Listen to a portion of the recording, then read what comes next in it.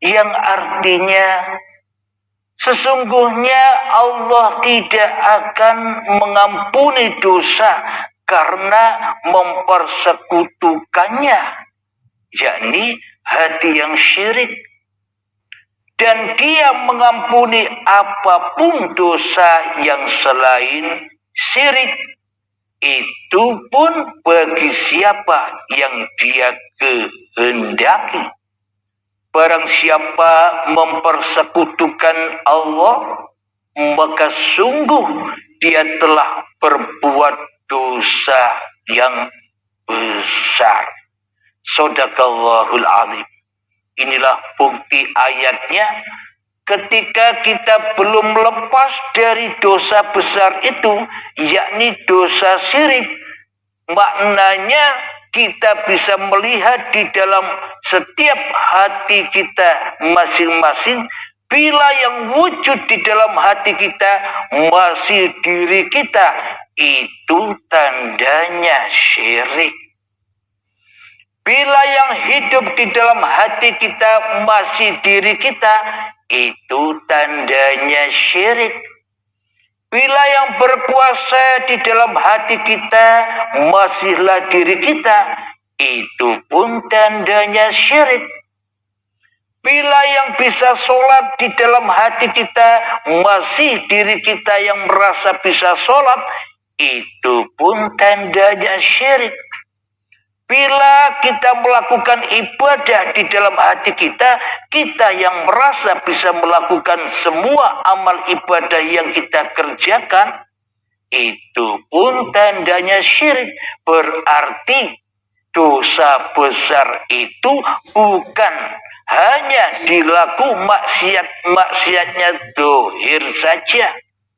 Akan tetapi dosa besar itu pun bisa terjadi kepada orang-orang yang merasa dirinya ahli sholat. Dosa besar itu pun bisa menjadi miliknya orang-orang yang ahli ibadah, orang-orang yang ahli ilmu, orang-orang yang ahli amal, orang-orang yang ahli zikir, orang-orang yang ahli puasa, ketika di dalam hatinya masih wujud diri manusianya daripada wujud Tuhannya. Ketika di dalam hatinya masih wujud hidup manusianya daripada hidup Tuhannya. Ketika di dalam hatinya masih wujud kekuasaan manusianya di dalam hatinya daripada kekuasaan Tuhannya. Itulah semuanya dosa yang besar. Jadi kira-kira selama ini apa yang kita andalkan, apa yang kita bangga-banggakan dengan amal kita? Oh, ternyata saat ini kita sudah tahu, ternyata semua amal itu amal pendosa, meskipun kelihatannya sholat. Amal pendosa meskipun kelihatannya ibadah. Amal pendosa meskipun kelihatannya suka berzikir, tapi berzikirnya pasti jatuh berzikir kepada hawa nafsunya sendiri yang merasa mampu untuk berzikir. Itulah orang-orang yang syirik. Jadi bagaimana cara untuk melepaskan dari segala kesirikan-kesirikan hati ini agar semua ibadah-ibadah kita diterima?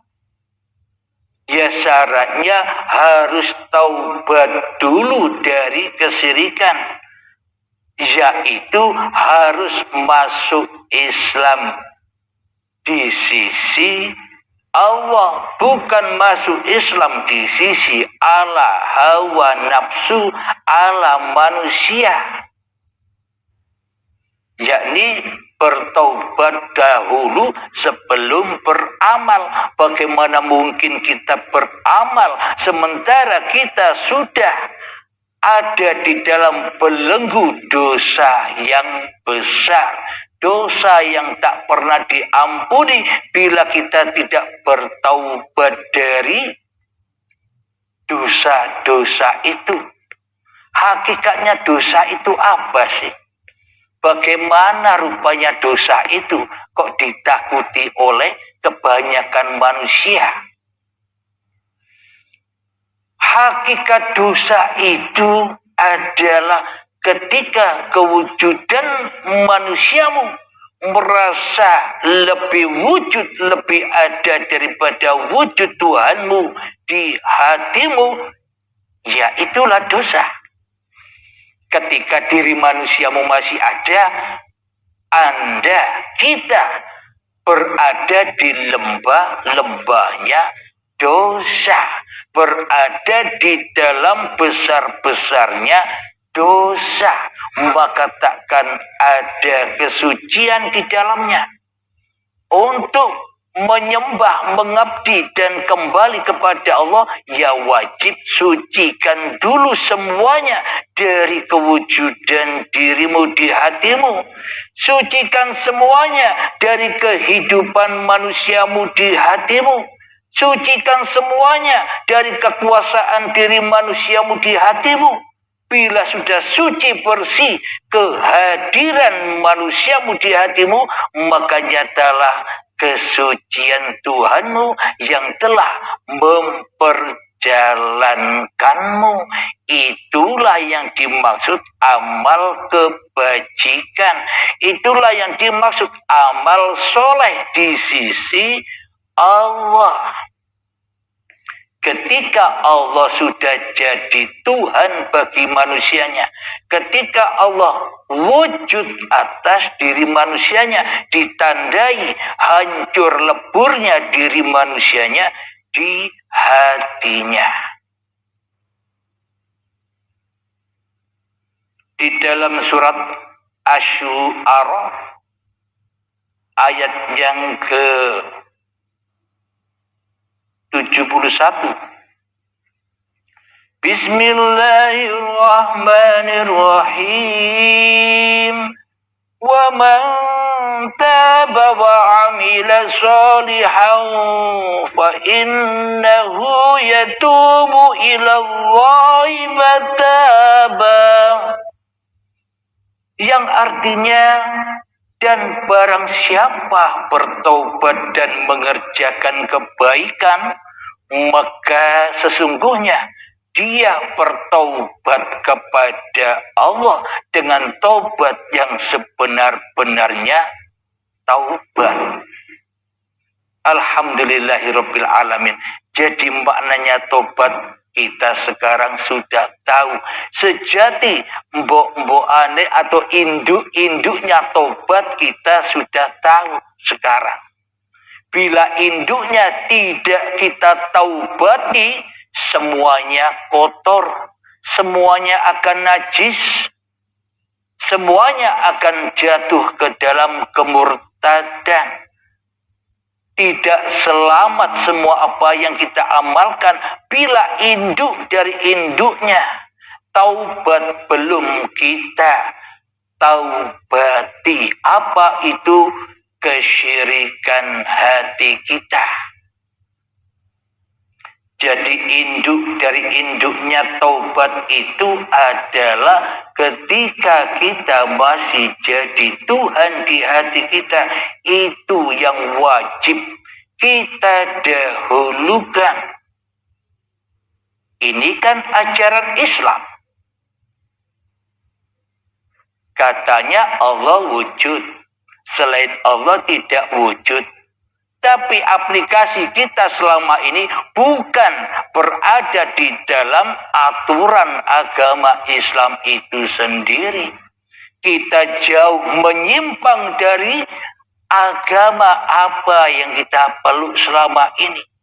Seolah-olah beragama, tapi sebenarnya jauh dari agama. Kenapa? Karena mengabaikan ajaran-ajaran agamanya sendiri. Bagaimana cara untuk mengaplikasikan taubatan nasuha ini? Yakni kita wajib mewujudkan hanya Allah di hati kita daripada kewujudan diri manusia kita sendiri di hati kita. Itu yang awal. Jadi bagaimana caranya untuk mewujudkan Allah di hati kita daripada kewujudan diri manusia kita sendiri di hati kita? Ya kita harus sadar diri kita ini ciptaan, bukan sang pencipta. Ya kita wajib sadar diri kita ini buatan, bukan yang membuat. Ya kita wajib sadar diri kita ini hanyalah makhluk, bukan sang khalik. Akan tetapi praktek di dalam hati kita malah sebaliknya. Seolah-olah kita merasa diri kita makhluk, tapi kelakuannya, hatinya malah menjadi sang khalik.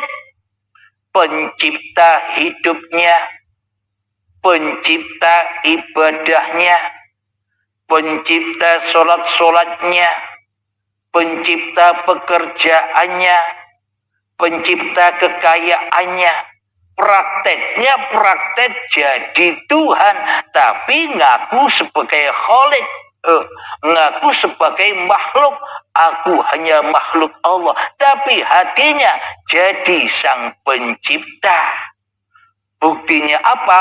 Allahnya ora kanggo, Allahnya tak diperdulikan. Ibarat seorang wayang sudah dibuat dengan susah payahnya.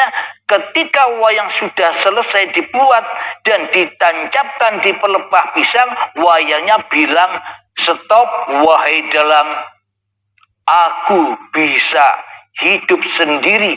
Enyalah engkau dari hadapku, wahai dalang. Stop, wahai dalang, aku bisa jalan sendiri di dunia ini. Engkau enyahlah dari hadapanku. Stop, wahai dalang, aku bisa ngapa-ngapain sendiri. Kau tak perlu membantuku, kau tak perlu memperjalankanku, karena aku mampu jadi Tuhan sendiri atas diriku sendiri." Seperti itu kan kita. Tapi tidak kita sadari selama ini. Kenapa?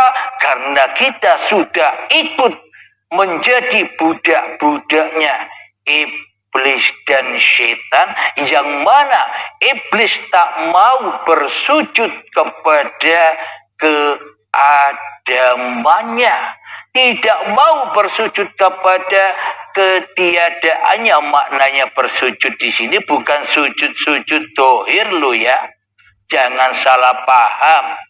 Maknanya sujud di sini adalah terima, rela, ridho bahwa dirimu tak ada, yang ada hanya Allah. Itu maksudnya sujud.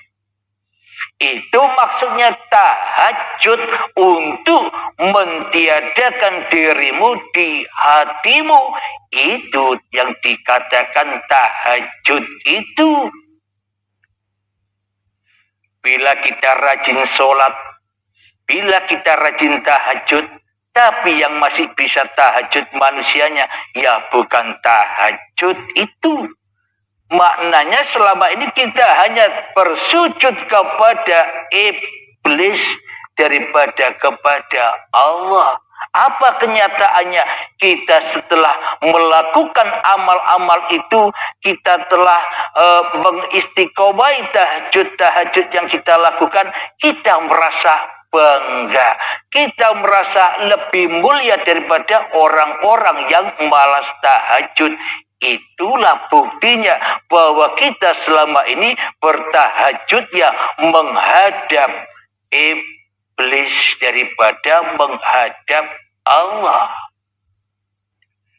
Jadi makna tahajud ala dohir, makna tahajud ala hawa nafsu, ya gerak-geriknya badan itu yang masih diaku-akui oleh manusianya yang berkuasa atas laku-lakunya. Alhamdulillahirrabbilalamin. Jadi untuk kembali kepada Allah, jadi untuk kembali berpegang teguh kepada agama Allah, ya wajib kita taubat dahulu. Ya wajib kita merelakan, meridhokan, belajar mengheningkan, menghancurkan, mematikan, memalamkan, mensunyikan kewujudan diri manusia kita di hati kita. Karena diri kita itulah api-api jahanam itu. Karena diri kitalah api-api neraka itu. Karena diri kitalah hakikat dosa itu ketika kita masih ada. Berarti bila kita masih ada, Allahnya kan tidak ada. Berarti selama ini kita mengaku menyembah Allah hanya dusta-dusta saja. Eto iwai, Tuhani pangeran, Tuhannya Allah, Tuhannya Allah, Tuhannya Bapa, Tuhannya Romo, Tuhannya Gusti, Tuhannya Sang Yang Widi. Tapi di dalam hatinya yang ada hanya hawa nafsunya sendiri. Semuanya hanya agama-agama pencitraan saja, agar dianggap orang lain kita sudah ahli agama, punya agama. Karena sebenar-benarnya agama di sisi Allah, Sang Pencipta manusia itu, yakni masuk ke dalam agama Allah. Kapan? Ketika kita sudah rela dan ridho hanya diperjalankan Allah, tidak jalan sendiri-sendiri. Apa agama Allah itu? Apa agama Sang Dalang itu? Ketika Sang Wayang sudah rela ridho apapun yang diperankan oleh Sang Dalang. Apapun peran kehidupan ini, hatinya selalu rela dan ridho atas ketetapan-ketetapan yang dihadapinya. Itulah yang dimaksud bertuhan dan beragama. Allah versinya, kitab-kitab sucinya Allah yang sudah ada di dunia ini. Kitab Taurat, Zabur, Injil, Al-Quran, semuanya to the point-nya menerangkan keesaan Tuhan yang telah menciptakan manusia. Akan tetapi manusianya tidak mau mengesahkan Allah di dalam hatinya, kecuali mengesahkan hawa nafsunya sendiri. Makanya itu panas, saling permusuhan antar agama, saling permusuhan antar golongan, saling permusuhan antar aliran, karena masing-masing manusianya merasa benar sendiri dengan apa yang diyakininya. Itulah bukti bahwa yang kita peluk selama ini agama dan bertuhannya, versinya iblis dan setan, agar mudah mengadu domba manusia dengan yang lainnya. Kita selama ini menjadi budak-budaknya iblis. Kalau kita sudah menyadari itu semua, apakah kita masih berdiam diri diperbudak oleh iblis dan setan? Kalau kita menyadari semua ini, bahwa selama ini kita salah di dalam bertuhan, karena selama ini kita salah di dalam beragama, karena kita salah selama ini bagaimana cara menyembah, mengabdi, datang kembali kepada Tuhan, maka bergegaslah hijrah persiapkan hatimu. Sering-seringlah bertafakur, sering-seringlah menghening-heningkan dirimu di hatimu, agar nantinya nyata keberadaan Tuhanmu atas dirimu di hatimu. Kenapa keterangan di sini banyak di hatimu?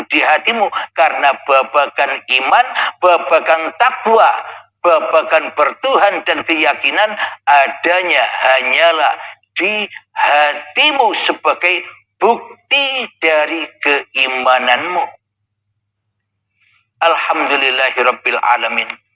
Jadi setelah kita bertaubat kepada Allah, bertaubat dari menjadi Tuhan, bertaubat dari perampasan perwujudan diri manusia kita, bertaubat dari merampas kehidupan Allah, bertaubat dari merampas mengakui rohullah sebagai roh manusianya, maka setelah itu suci bersihlah, ditandai dengan sirnanya, hancurnya, kiamatnya dirimu di hatimu.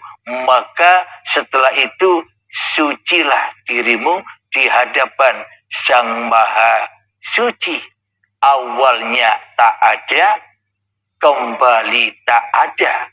Asalnya tak wujud, kembali tak wujud. Asalnya tak hidup, kembali tak hidup.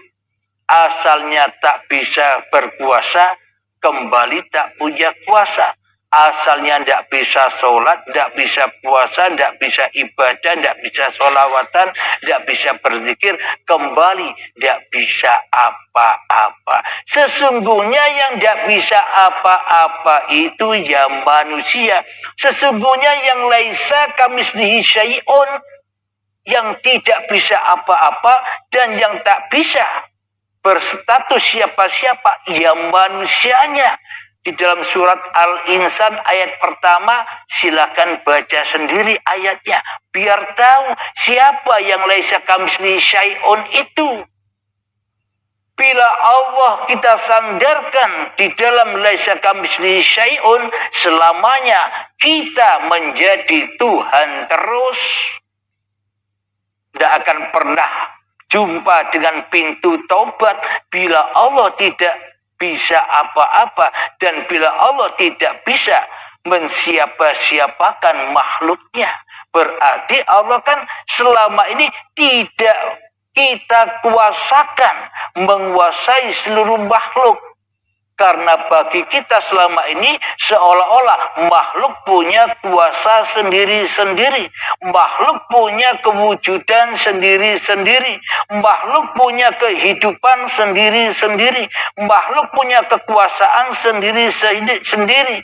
Sehingga di dalam ketika kita mendoakan orang-orang yang sudah meninggal, ila arwahi ini bin ini, ila arwahi ini bin ini, seolah-olah roh itu banyak, seolah-olah manusia punya hidup sendiri-sendiri. Bila manusia punya hidup sendiri-sendiri, mana mungkin manusianya mati?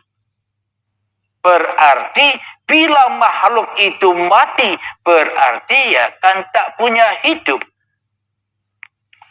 Bila sang wayang itu tak bisa bergelar di dalam pelepah pisang itu karena tidak ada dalangnya. Coba dalangnya ada, maka bergelarlah semua wayang itu digelar oleh satu dalang. Maka esakanlah dalang dirimu di hatimu. Maknanya esakanlah Allah sebagai penciptamu di hatimu. Coba rasakan 1 menit saja di dalam duduk Anda yang ada di sini maupun pendengar yang ada di Facebook.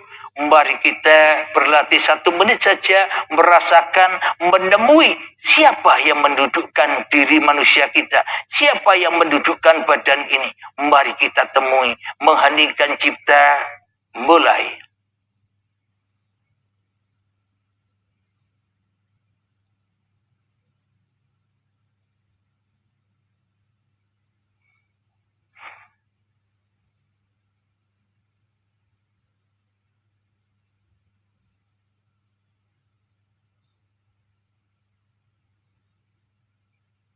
selesai. Alhamdulillah. Sudah kita temui siapa yang bisa duduk itu. Apakah badan ini bisa duduk sendiri? Atau hidupkah yang duduk itu? Jika tak ada uripe Allah, apa ada duduk? Apa bisa mayat bisa duduk sendiri? Apa bisa yang tak ada bisa duduk? Yang bisa duduk ini ya yang ada. Yang duduk ini ya yang wujud. Yang duduk ini yang berkuasa atas nama-nama sesebutan apapun itu. Biliunan sesebutan nama, duduk, berdiri, diam, berjalan, berlari. Semua itu kan hanya sesebutan nama. Jadi siapa yang menciptakan semua sesebutan itu dan pelakunya? Ya hidup ini sendiri. Bila kita sudah bisa meninggalkan kewujudan diri manusia kita di hati kita. Alhamdulillahirabbil alamin. Semoga bisa kita pahami, terkhususnya diri pribadi saya dan kita semua, semoga dimudahkan untuk memahami paparan-paparan tentang ketuhanan ini. Alhamdulillahirabbil alamin. Sebelum kita akhiri pengajian rutinan ini, marilah kita kembangkan di dalam hati kita sholawat dolimin daful bala, agar hati kita mau bertaubat kepada Allah untuk tidak jadi Tuhan lagi.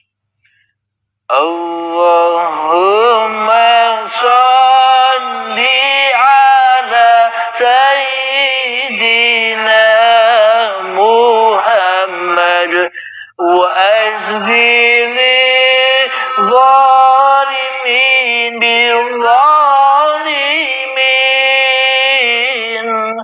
Allahumma salli ala Sayyidina Muhammad wa azhili zalimin bil-zalimin wa ahrijna min bainihim salimin wa ala alihi wa sahbihi ajma'in. Bismillahirrahmanirrahim. Allahumma ya qadiyal hajat, Allahumma ya mujibad da'awat, Allahumma ya rafi'ad darajat, Allahumma ya muhillal muskilat, Allahumma ya syafiyal amrat, Allahumma ya kafiyal muhimmat, Allahumma ya dafi'al baliyat, Allahumma akhtim lana bil iman, Allahumma akhtim lana bil islam.